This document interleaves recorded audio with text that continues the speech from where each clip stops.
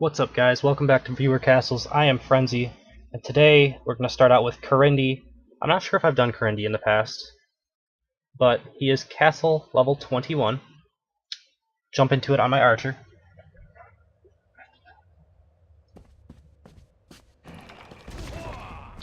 And let's see what he's got.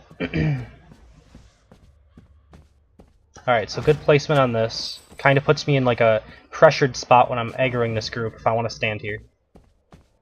And it looks like this isn't even a group, so I mean that's good as well, I suppose.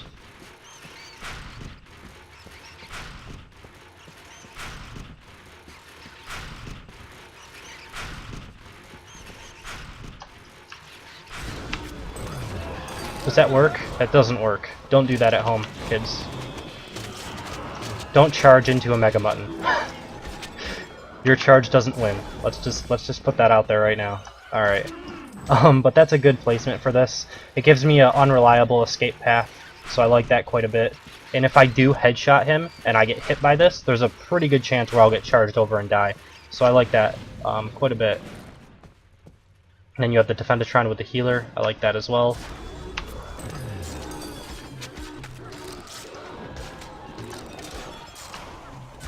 If there's even a chance where you could put something, I mean, it's kind of up to you. I suppose this trap is okay. That's gonna hurt. That's gonna hurt. That's gonna kill me.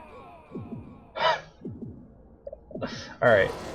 I gotta stop dying in these viewer castles. I've done this a couple times now. Losing a ton of crowns. All right. So what was I gonna talk about? This is good for damage. This flame trap. You can also do things like add in 2 more mouse wheels here, and that actually makes the if I were to like use this as a playing area for this next Mega Mutton, I have to kind of be in this zone here, and this is really hard to dodge charges from. There's like 3 places he can charge, and I have to be constantly dodging around it. So it's a good space control right there. There's a lot you could do with this setup here, and a lot of things you could try if you think it's not quite working the way you want it to. You know, if there's not a lot of deaths or it's not taking people all that much time.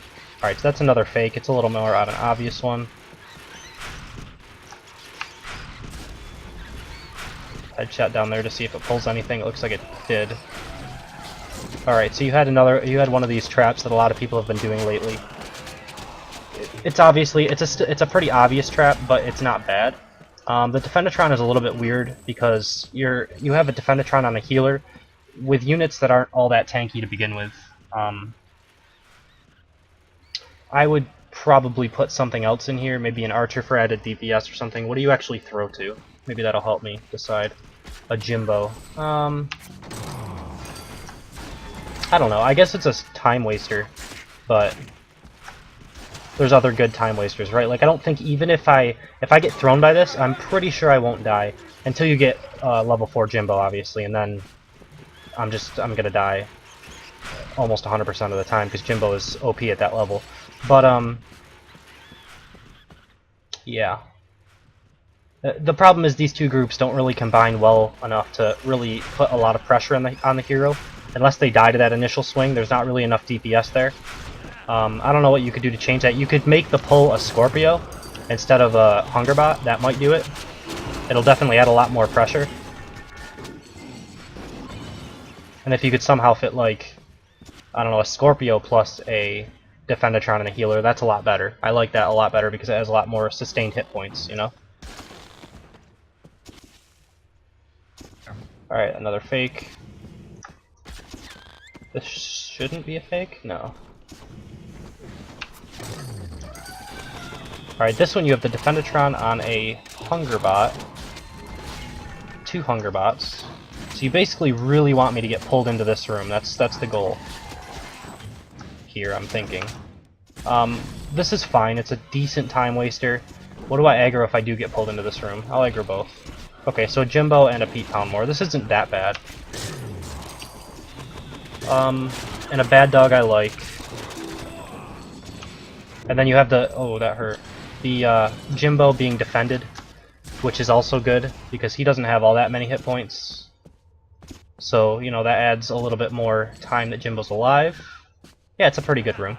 I wouldn't expect a lot of deaths in it, but people should probably take it slowly. Generally, when there's like a lot of elites in one room, if they do go too fast, you have a chance of killing them. and if they go too slowly, you know, you get your timer, you know, is better off. I don't know. All right.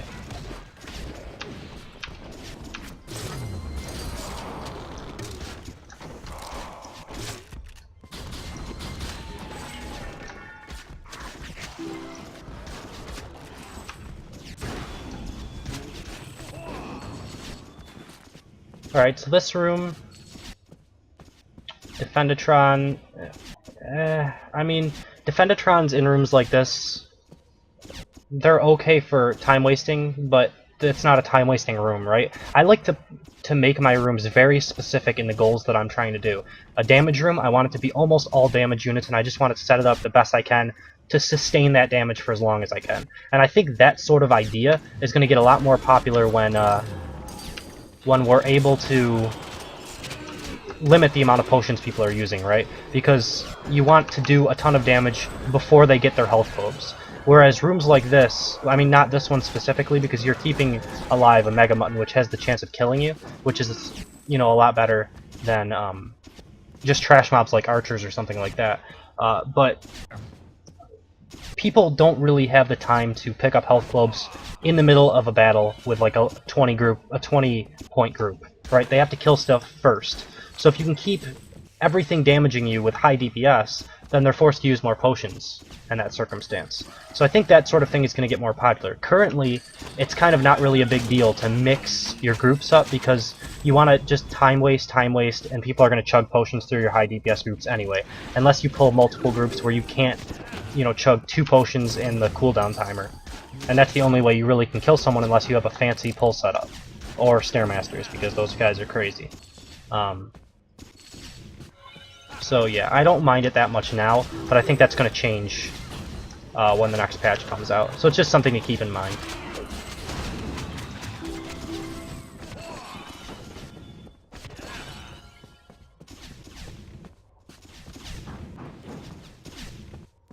If you guys haven't noticed yet, I'm really excited for a new patch. This game, in my opinion, has come a little bit stagnant. Simply because of the fact there's just not that many options available to defenders. I mean, it's still a fairly in-depth game, being like what you can do with everything and how you can set everything up. But I think that potion spamming could really revolutionize pretty much everything that has to do with castle building.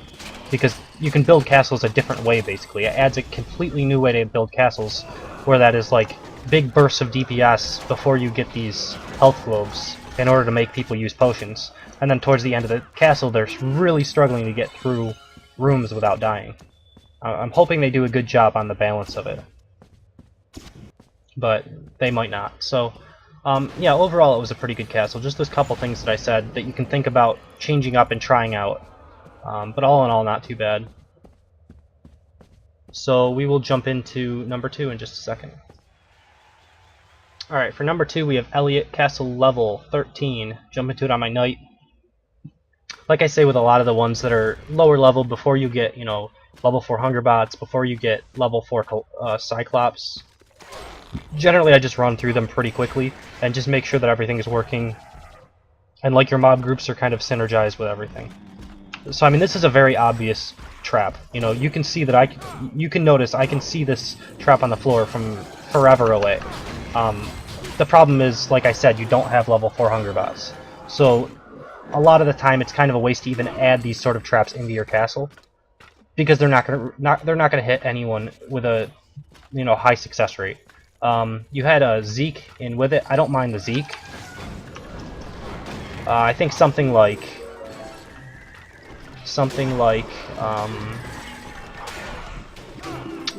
Defendatron guarding the Zeke could be better than this entire like setup you have, or a Cyclops charging, but Cyclops don't have stuns yet for you. Maybe an over-the-head smash Cyclops. Something that will distract the hero enough where the Zeke will get their shots off. But yeah, this throw, it doesn't have all that many purposes either. I'm not sure if that even aggroes this group with a Dr. Skull. The Dr. Skull by itself I do like. It's good at your level, but eventually, like I say in a lot of videos, people are going to get good AoEs and be able to deal with it a little bit easier. I would almost prefer one of your Zeeks, or not one of your Zeeks, one of your derps. The two derps are on the side here. I would almost prefer them to be up here a little bit more.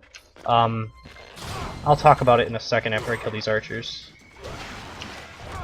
Alright, so I'm coming off of the spike trap. I don't really want to go back on it because I don't want to take more damage. So if you aggroed somewhere around here, there's no corners that I can go around, so you just have to place your Cyclops maybe under the skill bar of this point.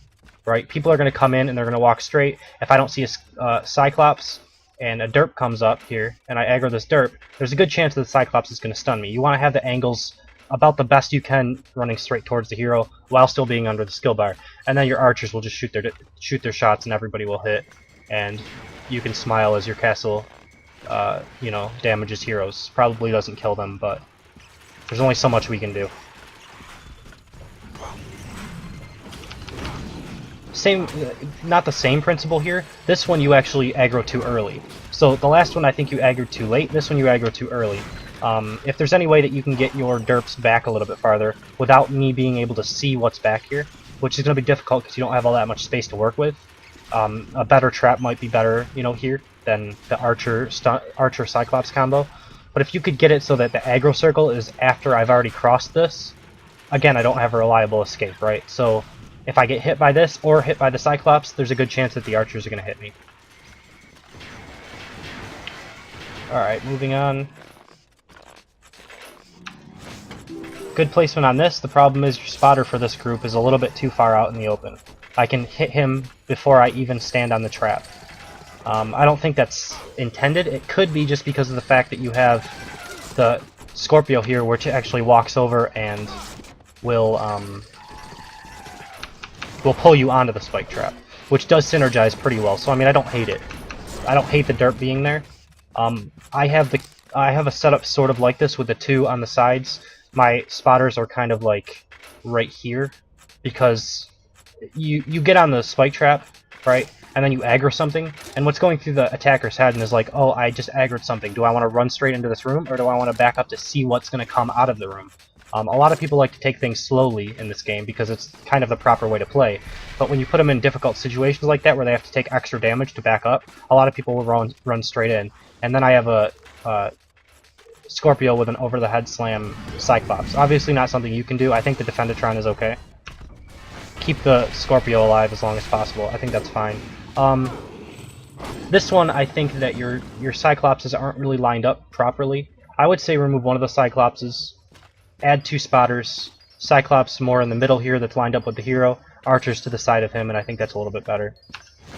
And you would even have another point for, you'd have points for another archer as well. Alright, what is this one exactly? So we have a Dr. Skull, and the Dr. Skull is on heal. Okay, so I think earlier in your castle, and I might be thinking of the previous castle because sometimes I do that, I think we saw a Dr. Skull in like linear corridor, and I thought it was good because I thought it was on Resurrect. But if it's not on Resurrect, I actually don't like Dr. Skull in anywhere but the boss room. This one isn't terrible to have Dr. Skull as a healer in. I would prefer that you change your Dr. Skull from heal to Resurrect for the time being because your castle level's still low, and you use Bone Puppeteers to heal. So in here, take out the Dr. Skull, add a Bone Puppeteer instead for your healer, and then you have a little bit more supply to work with as well. 7 more points that you could add in like a Cyclops or something like that. I like that a little bit better. Yeah, because these are the only levels you're going to be able to really use Dr. Skull on Resurrect to actually some effect. Although it is getting close to the point where you have to switch him out. I think that's around like 14-15 range. He starts to get a lot easier. I guess it's something you can mess around with, but I do not like Dr. Skulls as a support unit outside of the boss room pretty much ever, because it's 10 points out of a 20-point mob group just for a healer. That's a little bit too much in my opinion. So yeah, we'll jump into number 3 in just a second. Alright, for number 3 we have Floorscastle, level 17. Jump into it on my Knight. Level 17, I believe, has level 4 Cyclops, as we can see here, but they do not have level Level 4 Hunger Bots. So the over the head smash is fine.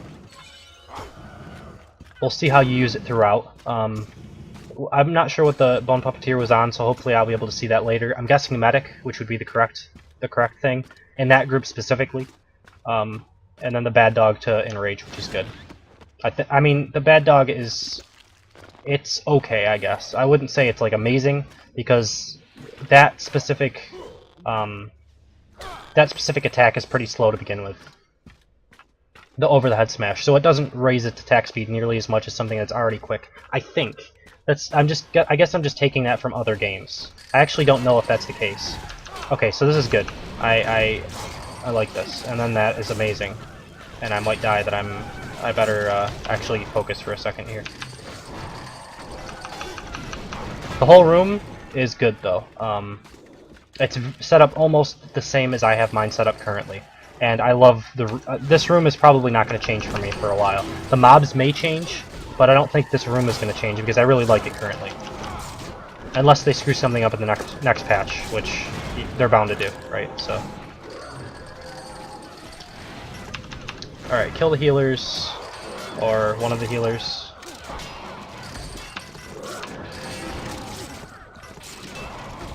This is super obnoxious if someone pulls all three. Generally, they're only going to pull two. Sometimes they'll only pull one. Just what I've noticed currently. Alright, healers are dead. And now I can just kind of go in and finally kill these guys. But yeah, the room takes up a ton of time, and it has a pretty decent chance to kill. Especially at the later levels when Scorpios get even more OP. The only thing that I've changed currently is this jelly wall I've switched out for a ballista trap here, because people abuse this corner. If they pull two groups, it is possible for them to just stand here and whack away at like one Scorpio, and the other one will just stand behind it, kind of get bugged on the wall. So I try to make them take damage while they're doing that with a ballista trap, and generally they're not doing it anymore, basically. I also noticed the jelly wall wasn't really helping Zeke hit all that many more shots, so... Alright, see, like this would be a circumstance where like a charging Cyclops would be even better, just because your archers kind of all missed their shots, because I wasn't stunned or anything, right? He went for his power slam, and I just kind of backed up out of the way, which actually auto-missed all the archer shots as well. I didn't even know they were coming.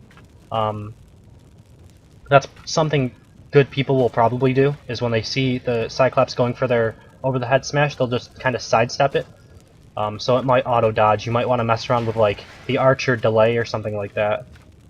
If they do hit their smash though, they should get hit by all the archer shots as well. Alright, does this pull through the wall? It looks like it's just a random guy. Oh, this is gonna hurt. Okay, so I have something to say about this after I don't die. You could have killed me, I think, here. And, oh, you might still. We won't say that you have... that I've gotten out of this yet, because I don't think I have. But I'm gonna live before I talk about this.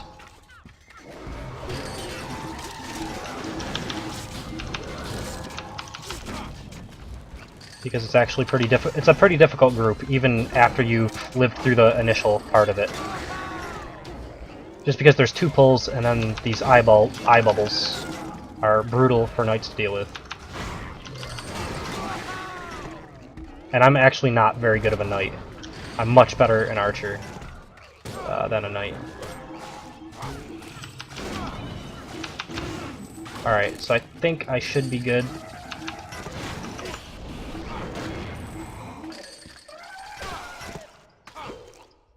Alright, so now what I want to talk about is the delay on your hunger bot. Now this is something you're going to have to test. I'm not going to be able to test it for you because I don't really know. But I think when I get hit by this, I'll be stunned long enough when I'm laying down on the ground that you can turn your hunger bot to the side. I think he was facing straight forward, and if he wasn't, just delay it by one. I think I was still laying on the ground when he hooked me, and that'll allow 2 extra eyeballs to come out from each of the 2 Stairmasters. Also, make sure that when I'm laying down, your Cyclops is over the head smashing me. Alternatively, you can take out the Cyclops and add in another Stairmaster, and that'll be almost certain death. But I think the Cyclops smash should be able to do enough damage to kill you as well, with 2 Stairmasters and 2 Stairmaster bubbles. So yeah, you can set that up a little bit better to do more damage. I definitely believe that if you get pulled into a Stairmaster stun, into a stun that has Stairmasters at the end of it, that you die every single time, if you set it up correctly. And why I don't have more of them in my castle, I really don't know. I mean, they are somewhat easy if you don't get pulled by it, but if you do get pulled by it, it's one of the easiest kill zones to set up. You know, if you're going to set up a kill zone, I feel like that's the one to do. Alright, Zeke. This is like, it's okay. The problem is your DPS sustainability here isn't all that high. You don't have anything defending the Zeke. I can get through it pretty easily. It is spread out a little bit, so it's protected from volley.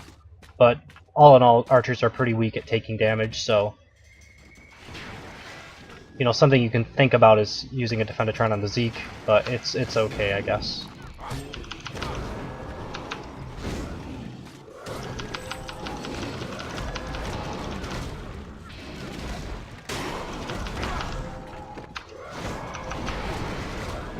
Alright, so this one is a pretty good time waster, I would say. Probably not something you should expect to kill anybody with, but the Cyclopses are kind of tanky enough, and the Robo Shieldatron is definitely tanky enough to, you know, make use of the Dr. Skull. So yeah, all in all, it was a pretty good castle. There was a couple things that I would say you can mess around with and tweak a little bit to do a little bit more damage in areas. Some of your creature placements, stuff like that I mentioned earlier. I believe that is number 3, so we'll end the video here. If you guys enjoy what I do, please subscribe and leave a like. If you want to be a part of viewer castles, you can add me and create a challenge. If you're a lower level, you can do that. I would prefer you to like contact me and let me know you created a challenge as well, just because sometimes I won't see them. You know, people add me. I have something like 80 friends, so scrolling through that last list is actually like, and looking for it, because if I scroll too fast, I won't see the challenge. So you could also like email me as well if you create a challenge, and that will help me actually accept it. You can also email me, like I said, at frenzycastleruns@hotmail.com. You can comment on my castle or comment on one of the videos, giving me your in-game name and your summoner level, castle level, stuff like that. So with that, we're going to end the video. Thank you guys for watching. I hope you enjoyed it, and I will see you next time.